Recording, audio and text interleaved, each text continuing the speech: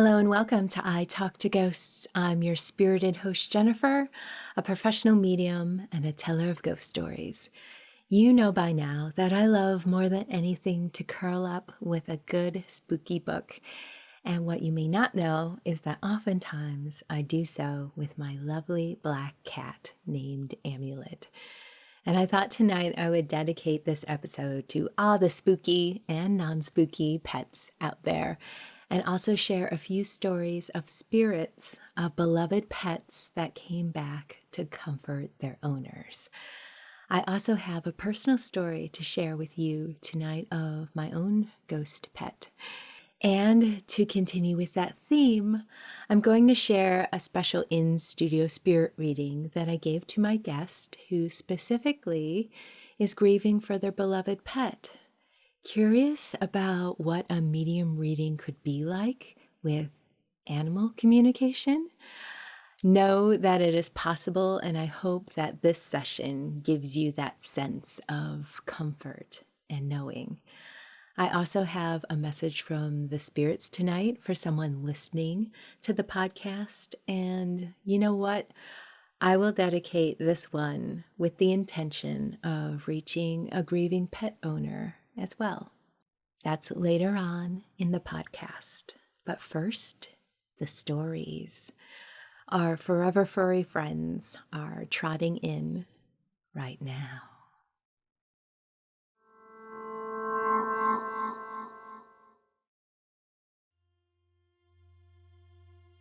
Years ago, we lost our dog unexpectedly. That evening, I had to tell my young children the horrible news. As I was gently explaining that our dog had passed away, I heard that unmistakable sound of a dog shaking his fur. You know how they do when they first get out of the bath. I paused, and all three of us looked at each other with wide eyes. My 4-year-old shouted, "He's not dead! He's in the hall!" We all ran to see, and of course, there was nothing there. I know he came to say goodbye that evening. Experts say that dogs give a little shake like that as a stress relief when they've been through something that upset them. I think our dog had made it to the other side and was shaking off his stress. He was okay, and he wanted us to know.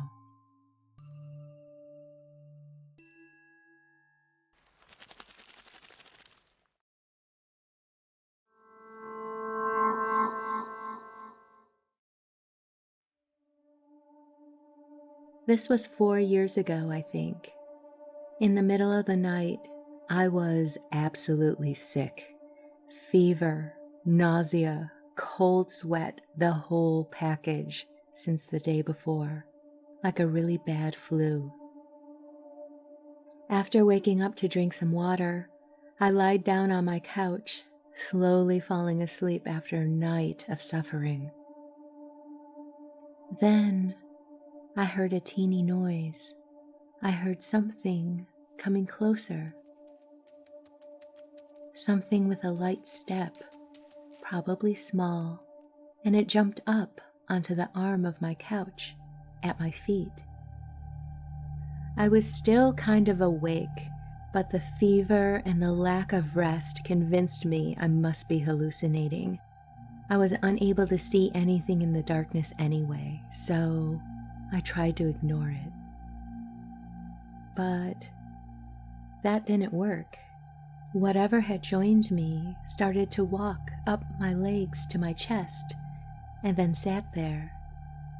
A kind energy started to flow into me as I distinctly heard a cat's purring. It was reassuring and chill, exactly like the feeling you got when your cat relaxes on you.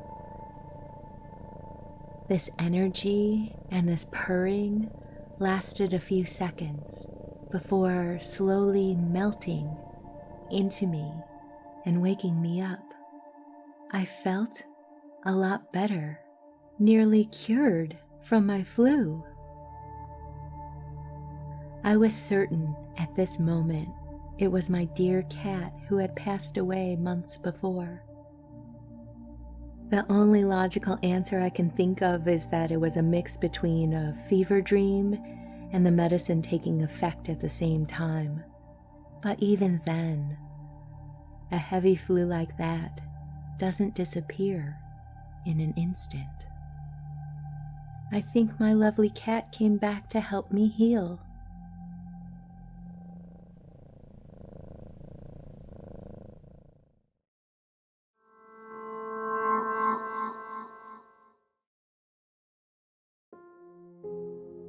When I was 10, our elderly cat passed away in my sister's arms.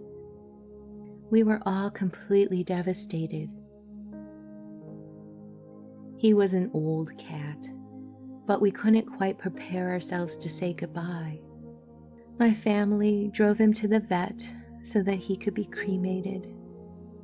We returned home with heavy hearts, not quite knowing what to do with ourselves or how to grieve. My older brother, who had been out with his friends, missed all the sad events of the day.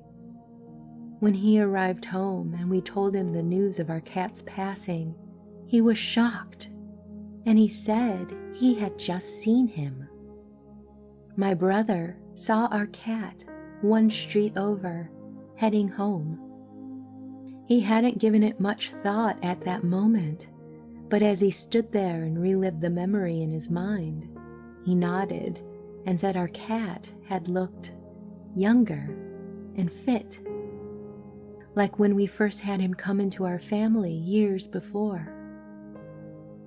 Knowing all this had happened helped ease us immensely. Our cat was young again and still coming home.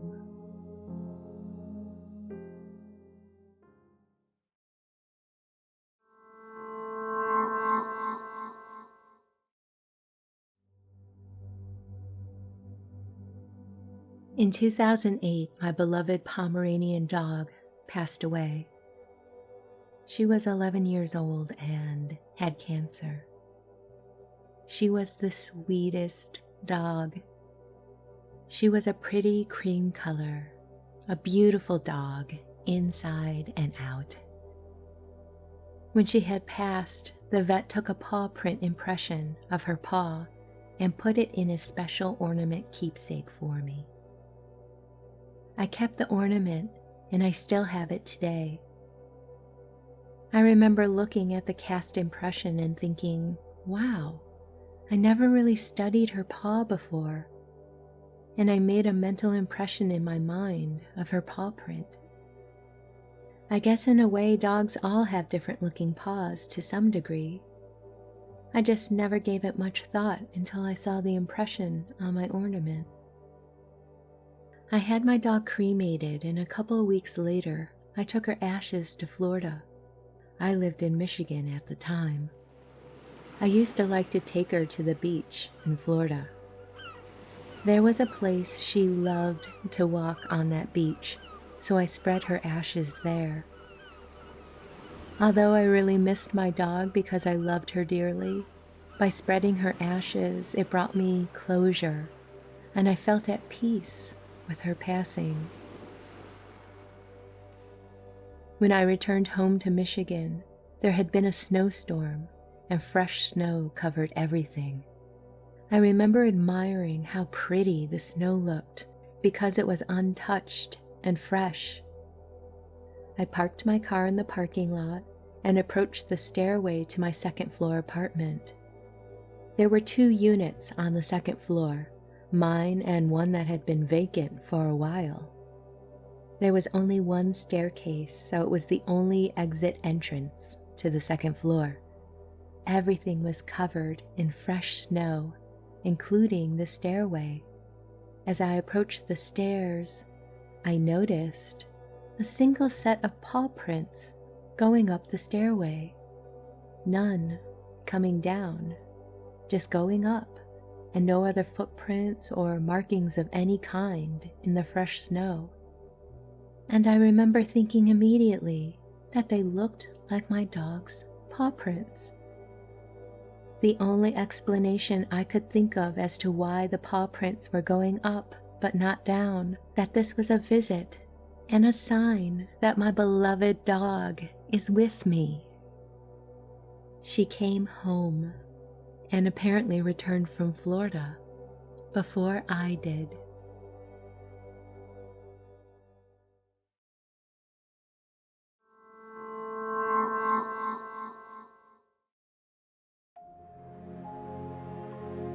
Book a tarot reading with me.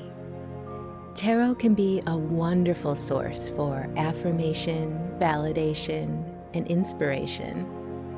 To book a session with me, visit italktoghosts.com/readings. Let's see what the cards have to say for you.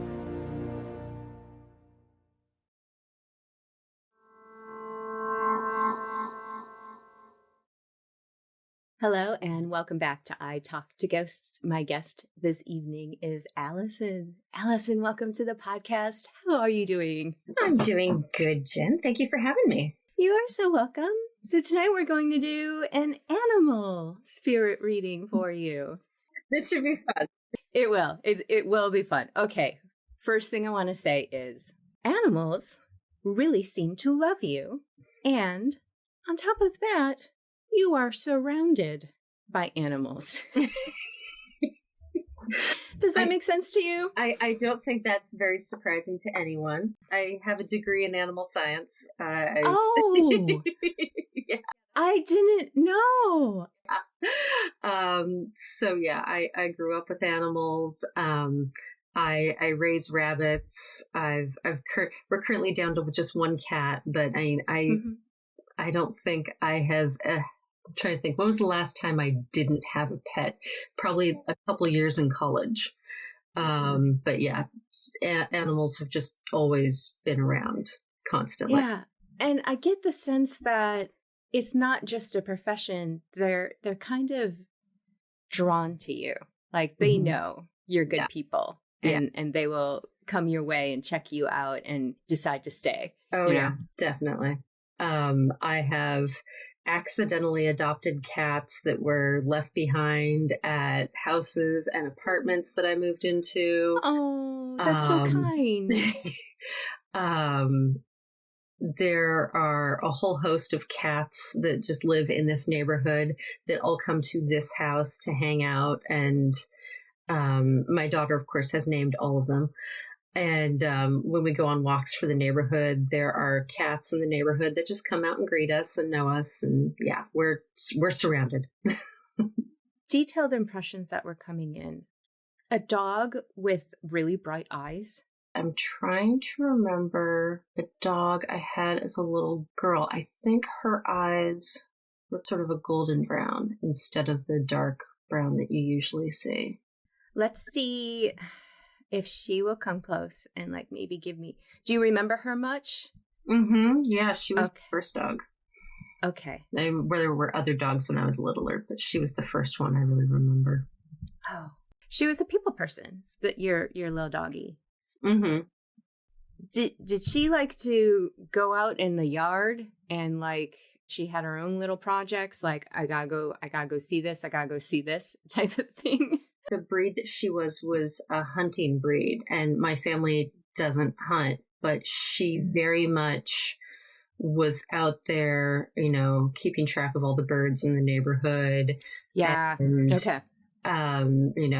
Running the fences. And certainly when we had other animals, we did have one dog that she was friends with. Yeah. When I'm seeing the backyard, I'm seeing like I'm going to work, like the stations. There were stations. So yeah, that's really interesting that would come out. Another dog. Did you ever have like a dark Scotty looking type dog? That was her friend Buddy. He was a wire-haired fox terrier. Okay. Yeah. Because like suddenly that's coming in. I'm like, I didn't think we were done yet. What do they have to say? That dog had a lot of energy. Yeah. everything was always new. Always new to that dog. Like it's a brand new day, everything, energy going on. I'm getting the impression of having to like move the dog's nose away from it's like, okay. Yeah. Get the dog's nose away. Like again. No, you can't have the cupcake. No, you can't have my iced tea. No, you can't. Yeah. So his name was Buddy. Which was short for Bud E. Weiser, because when he was little, he stole someone's beer and drank it. And it does not take much beer for a little dog to get intoxicated. And like it was fast as could be. He swiped that can and started it up. And yeah. So yeah, that is very on point for Buddy. PSA: keep your beer away from the little doggos. Yeah. One impression that was coming in for me as I was opening up the space was I felt like I was always thirsty, drinking all the water. I think it might actually be a cat. I think that might be Spork. Because Spork was very, very good about drinking his water, but he was very picky about his water, and he would get kind of incessant about it. And he would jump up on the kitchen counter and then scream meow at us until we turned on the sink so that he could drink out of the faucet in the kitchen. That all lines up. It was like thirsty and fixated with water. And interesting. Was this a dark cat? He was a tuxedo cat. He was black and white. Okay. I'm getting nostalgic vibes with this cat. You know, it feels like there's this cat kind of means home. He was our most recent kitty to have passed. Okay. His remains are actually here in the room with me. We haven't spread them yet. Oh, wow. Yeah. Okay. Well loved. Yeah. Well loved by the family. Very much I'm so sorry. I'm so sorry for that loss. That's so tough. I'm glad he's okay. Was there like a ball or something that rolled that he would like scamper after? Oh my God, he played with everything. Okay. Yeah. Because like, he's like, I don't want to focus on the sad. How about the zooms, you know, like batting something and then tearing after it. Yeah. Oh my God, so many toys. My son has these like Nerf guns that shoot these foam balls, and I still am finding them under couches and tables and stuff all around the house. Here's a detail. The name Snoopy came up. Did you ever actually name a dog after Snoopy? My Uncle Johnny had a dog named Snoopy. Okay. So yeah, they definitely knew a Snoopy. Yeah. There was a Snoopy in the family. There was a Snoopy in the family, yeah. One thing that I'm picking up, I don't know if it's Snoopy, but it seems it's a dog that did not like people arguing. We had two different dogs that if my parents ever got in an argument, the dogs would like try to break it up. Okay. Yeah, definitely. Okay. Yeah. That was something that was like floating around in there. And these are different dogs than the ones that we had talked about. Yes. So one of them we have talked about. So Tiger Lily was my dog from when I was a little kid, and then Sally was my dog that we got when I was in junior high. All right. Well, let's see what Sally has to say. Sally is showing me a little bit of silliness about her. Yeah. Like a little bit unpredictable, or it's like, why did you do this thing? Yeah. There were definitely some unpredictable things about her. She was an interesting dog. Yeah. That little like quirkiness is kind of like coming through of, why did you do that? she would play with things that weren't toys, but not necessarily. But like a lot of dogs, they play with toys and they destroy them. She would find random things like empty toilet paper rolls. She would just come out with an empty toilet paper roll in her mouth, like she was chewing on a cigar. And whenever she would come out like that, my dad would call her Fidel, like Castro, because she had like an old cigar. She did have an issue where she had a hysterical pregnancy. And so she thought she had puppies, but she had never been bred. And so she started adopting random objects around the house. And so she had a litter of remote controls and a TV guide. That's the way to do it. Well, it meant she was in charge of the TV, and that was no fun for the rest of us. And then there was the thing with the carrots. She loved carrots. Like, absolutely loved them. And she would just show up with carrots. Like, where did you get the carrot? Yeah. Where'd you get the carrot? She'd just come walking out of the kitchen with a carrot in her mouth. You're like, did she open the refrigerator? Like sometimes it would be carrot sticks. It was never like pieces of carrot. Like if my mom had been cooking, it wasn't like the tops of carrots that had been cut and thrown. Like she wasn't going through the trash. She was just coming out of the kitchen with carrots. Wow. Yeah. That's nuts. Yeah. Mystery carrots. Yeah. Yeah. There's more to that story, but I'm saving it for later because I know you're going to ask me a question at the end of this. And yeah. Because like I'm sitting here thinking and I'm like, this feels strange. Yeah. You know what I mean? All right. We will get back to that. Yeah. Teaser. Okay. Let's switch gears a little bit. Okay. And talk about horses. One horse that's coming through. The vision of you that was shared was you wearing like a sun hat and sunglasses and smiling. And that horse knew when they saw you that you would have an adventure. Like, this is going to be the fun time. You know, this isn't going to be boring time. This can be fun time. So that was my pony. That was Prince. Yeah. Yeah, I got him. He was a Christmas present when I was... Oh my gosh, that's every girl's dream. I know, right? Yeah, I know. I was that kid. Yeah, my parents lived in a little town in California called Plymouth. And we were able to have horses. And yeah, my mom had a horse. And for Christmas, I got a pony. Oh. And yes, we went out on adventures. We rode all around town.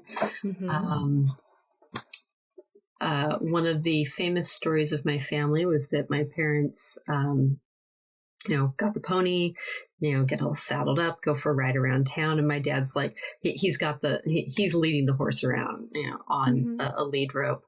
And there was this bar. Our house was up on a hill. There was this bar on Main Street behind our house. And we go walking by, and the owner's behind the bar. He's like, "Hey, Rich," and my dad's like, "Hey, I got my kid a horse for Christmas." I'm like, "Bring it in." And so I rode my horse in the bar in downtown Jackson. I said Plymouth earlier, didn't I? We moved between the two. It was in downtown Jackson, yeah. And rode around the pool table. And right back up. That is an adventure. Yeah, lots of adventures. That pony loved you so much. He was a good boy. I'm seeing them kind of lean on you a little. Is that something that they would do? Kind of just lean on you? Yeah. When you're brushing it, your hooks out, they kind of lean into it. And it's very comforting. It's massaging. Yeah. They're expressing that you have very gentle hands and kind hands. And they're showing me their hoof. There just seems to be an emphasis on one hoof. He was a Palomino, And so I do know he had one hoof that was white with, I feel like it had a stripe of black through it. Yeah. That's really cool. That's really cool. Well, those were the main things that I had. Was there a particular pet that you were also hoping would come through tonight that hasn't yet in this parade of animals? There was one. I was kind of hoping we'd hear from Taco Cat. Taco Cat. Okay, let's see. Taco Cat is coming through very affectionately. Yeah. Like, this cat was your lover. Like, lover cat. He was the love bug, yeah. Yeah. Because it's just like love. But he's also admitting to a little bit of a crazy streak. Yeah, that's how he died, unfortunately. Oh, no. Yeah, he... yeah, so he...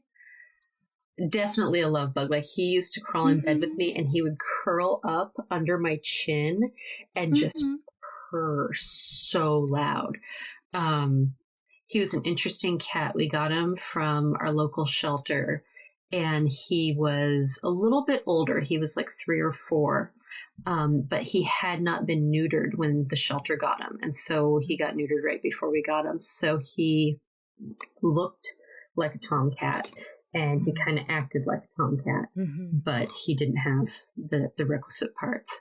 But that made it very hard to keep him indoors. He would fight tooth and nail to get out of this house because I mentioned the rats. We were only graced to have Taco in our life for about 6 months. And in that time, the rat population of this neighborhood went down to nearly 0. He got every single rat and left it in my yard, on my patio, or in my living room. That entire or maybe all at once. Yes. We were finding dead rats everywhere. And when he ran out of rats, he started going after birds. And our neighbors across the street had this huge oak tree that birds used to nest in, and it was crossing the street that we lost him. Yeah. I'm so sorry about that. He was a baby. Yeah. If there were 2 words that describe him, it's like love and wild. Yeah. Crazy. Maybe that's 3 words. He just had this wild streak about him that could not be bottled, could not be contained. Yeah. What a sweetie. I did write down a couple messages for you. Okay. I think we have a collective opinion on what to say. They're all saying that they felt safe with you and that your confidence in being with them assured them. And I think that animals in general can sense this in you, that you're at ease, you're confident with them, and that in turn assures them that everything's okay and that they're safe. They want you to keep looking ahead and that you are going to accomplish a lot. Even as animal spirits, they see that for you, and they just want to send that encouragement and that love and that energy to let you know that you're loved and supported and you're going to do great things and you're going to accomplish a lot. Oh, that's so sweet. Yeah. Well, thank you for going on this animal adventure with me. So many. And like, I feel like we're just kind of scratched the surface a little, but it's like... I warned you. You thought my family was talkative, and then you were like, oh, let's do an animal read. I was like, you don't even know what you're in for. Like, Well, before we go tonight, do you have a ghost story that you would like to share? Yes. listener ghost story. So it's not exactly a ghost story, but Okay. it is weird happenings in the animal kingdom. Wonderful. Yeah. So I will just put out the warning in advance. This does start with the tragic death of a beloved animal.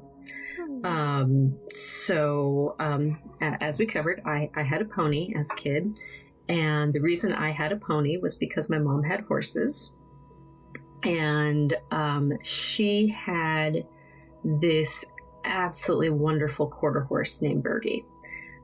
Beautiful big bay mare, just gentle and sweet as could be. Bergie was the first horse I ever rode, and we're talking I was like 2 at the time. And she was just the kindest animal. She also, we had to kind of watch her weight because she loved to snack. And if you had any food around, she would get into it. And when my mom was mucking out her stall, if my mom set a beer down on the fence post, Bergie would go over, grab the beer in her teeth, turn it upside down, and drink the whole beer. If we had chips, peanuts, pistachios, all of that, Bergie was just all over it snacking. If you had food, she wanted it. And the thing that she absolutely loved, like most of all, the thing that like she could sniff it out if you had it on you from a mile away, was carrots. That horse would go nuts for carrots. We could exercise her by standing at opposite ends of an arena with carrots and just have her go back and forth to get carrots. She loved carrots.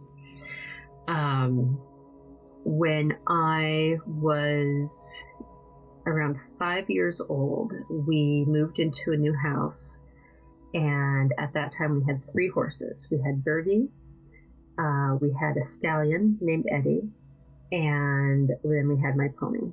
That was a El Nino year. We had some horrible storms come through this part of California, and in one of those storms, she got very, very spooked and ran into a fence and ended up dying a pretty horrible death. It was really bad. My mom was heartbroken. I mean, this horse meant so much to her. It was definitely, I mean, it was rough for all of us, but it was especially rough on my mom.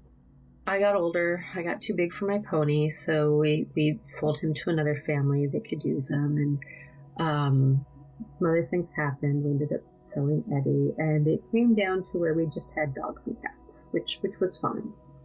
And then when I was in 8th grade, my parents bought me a puppy.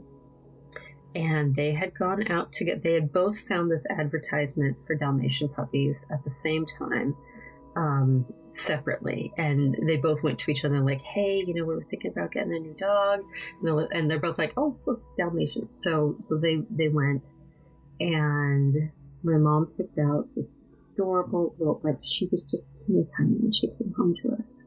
This is the dog that grew up to have this fixation with carrots. And I swear to God, that dog was that horse. My mom was sitting in the living room one day, and she just said Bergie's name. Not for any particular reason, she just said Bergie's name. She didn't call it out, but she said it, and this dog came running and sat down. And my mom looked at her, and the dog's name is Sally. My mom looked at her, Sally, what are you doing? And Sally kind of looked at her, and she goes, are you Bergie? And she put her head in my mom's lap.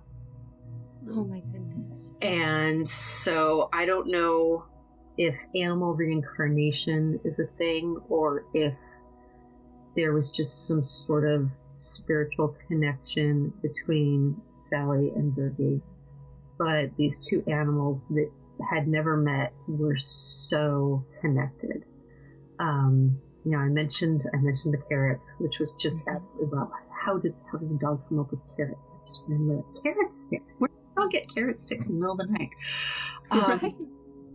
But also one time we were out on a hike and there were some people riding through the area on horses, and Sally was just like, "Oh, we're doing the horse thing now. Okay, we're doing the horse thing now." And she just fell in line next to the horses. She'd never seen a horse before in her life, and she was just like, "Okay, we're doing horse things now."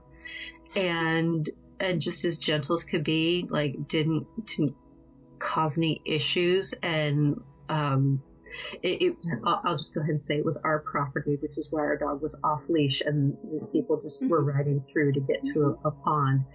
And so, like, we were a little worried, like, oh God, our dog's gonna spook these horses. Nope, nothing. She's like, oh, we're doing horse stuff now. Yeah. Wow. So yeah, it was, like I said, I don't know if it was reincarnation or just some sort of spiritual connection between these two animals, or something about my mother that drew these two spirits to her. But yeah, it was just kind of beautiful to see that recur, that the crazy carrot dog. Yeah. Wow. Yeah, that is so lovely.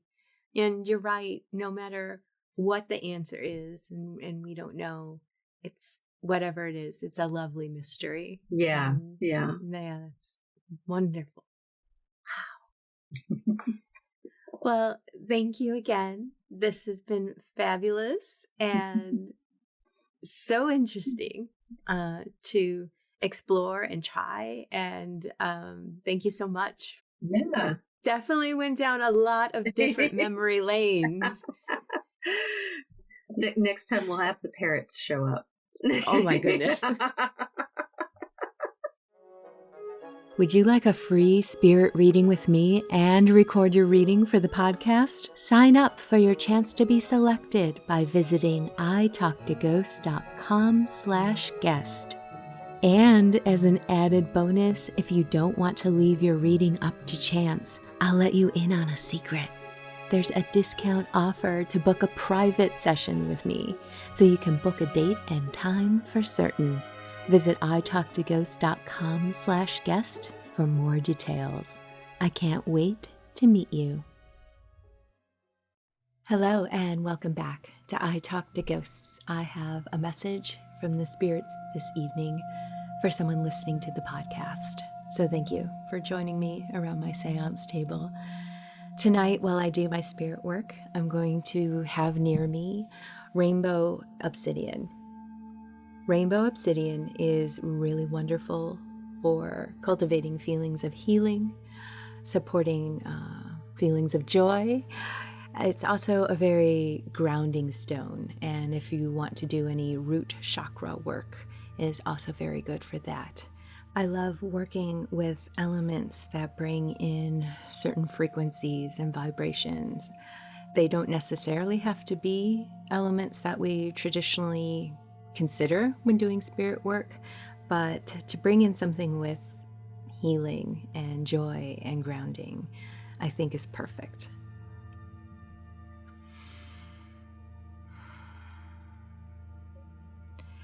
I promise to bring in someone's beloved pet. And coming right in is someone's dog. Real happy guy. So much energy. Very emotionally intelligent. More so than other pets you had in the past. It was something you really cherished about him. It felt like he understood you, let alone sense what you were feeling on any given day.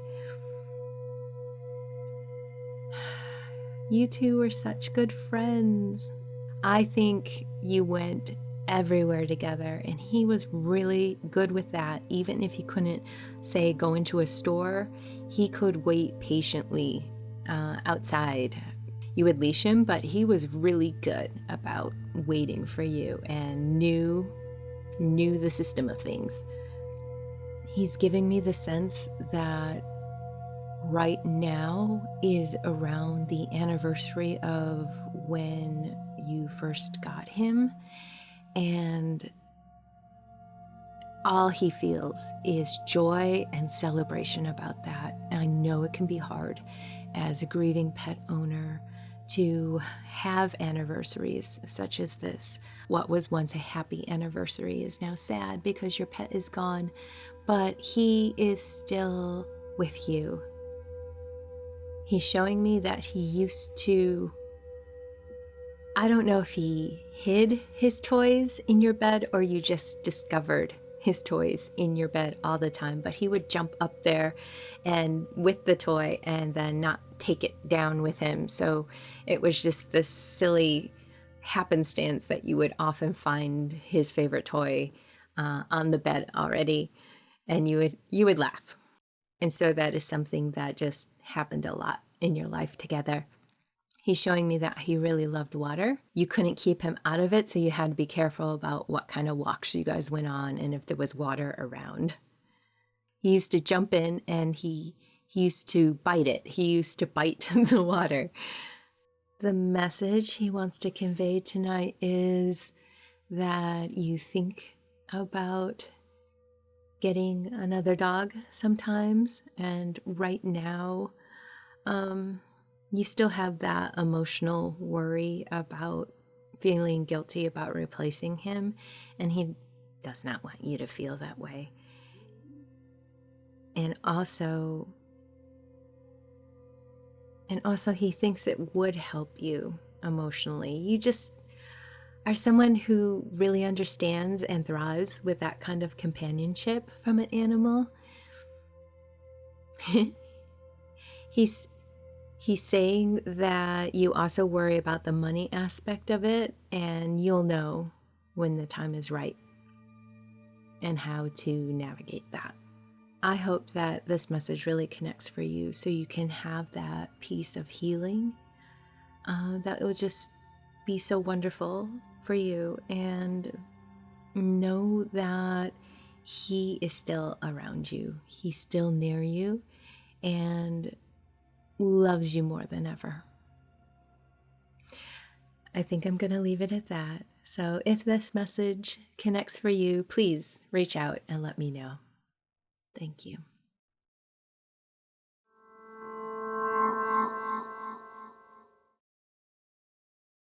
So tonight I promised you my own personal ghost pet story. I have a ghost cat in my current house. There's been at least 3 or 4 events in the past year and a half that makes me believe this completely. The first was I saw it once move across the room, and the most recent event was I was at my computer desk and I felt a cat brush up against my leg. You know how they'll do that headbutt? And also my skirt moved as well. It felt exactly like a cat. And I looked down and no one was there. And my cat, my living cat, was sleeping across the room. Another event that happened that was really distinct was I was laying in bed one night and I had left the door open, and it was probably around 2 in the morning where I felt a cat jump up on my side of the bed, walk across my legs, 4 distinct cat-paced movements, and then settle down next to me. And my first thought was, oh, Amulet finally is joining me tonight. But then I laid there thinking, I should check. I should check to see if that was him, because if I don't check, I'll never know. And I reached down to where I felt the cat settle, and there was not a cat there.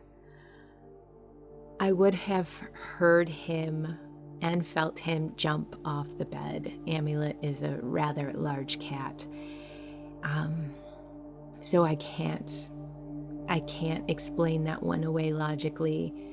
It was a very distinct jump up on the bed, walk over me, settle down, just a few seconds later, no time for anything to have shifted or moved, I reached down and he wasn't there. He wasn't there. Another recent event happened when Maxwell and I were eating lunch at home. We were at our dining room table and we heard a cat jump up onto one of the empty wooden dining room chairs. It made the noise of a cat kind of exerting some energy, you know, that little that they can make, and then the thump of the feet, cat feet on a wooden chair. And normally you would see Amulet pop his head up on the chair, almost like he's joining us at the table, right? And that didn't happen. So Maxwell looked under the table to look at the chair, and then he looked back at me, and I said, "He's there, right?" And he's like, "No, there's not a cat there. You heard that." And I said, yes, I definitely heard it. He's not there. And I look, and there wasn't a cat there. So yes, we have a ghost cat. Now, I have not lost a cat while living in this home. I do believe that this cat is a former pet of mine that followed me here. That feels right. The day that I felt the cat bump up against my leg, I had also that day been thinking quite deeply about a cat of mine that had passed away. So the timing was really right there. Which leads me to share the thought that pets aren't bound to the home or life that they passed away at, that space. That isn't a detail that I really considered until this started happening, but why would my cat only be able to visit me in our former house together? That doesn't make any sense, but sometimes that's how my brain works. So I thought that I would share that insight with you as well. If you happen to have moved since losing a pet, don't think that they can't follow you or visit you wherever you are.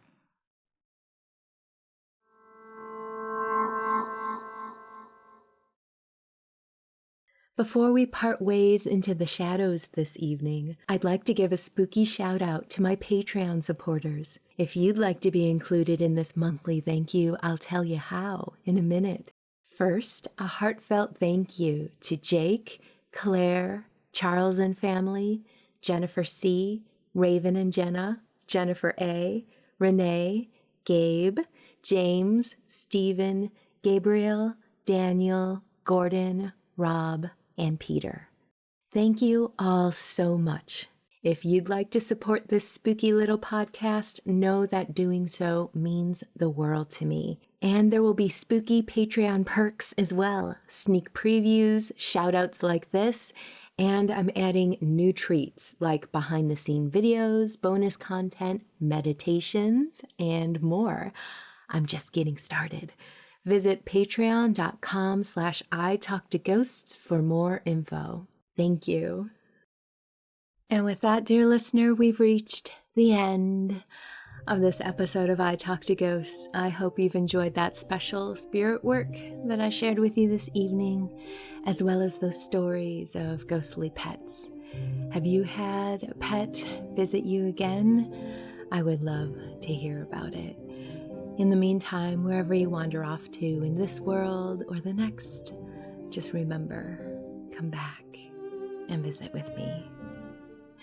Have a lovely evening and good night.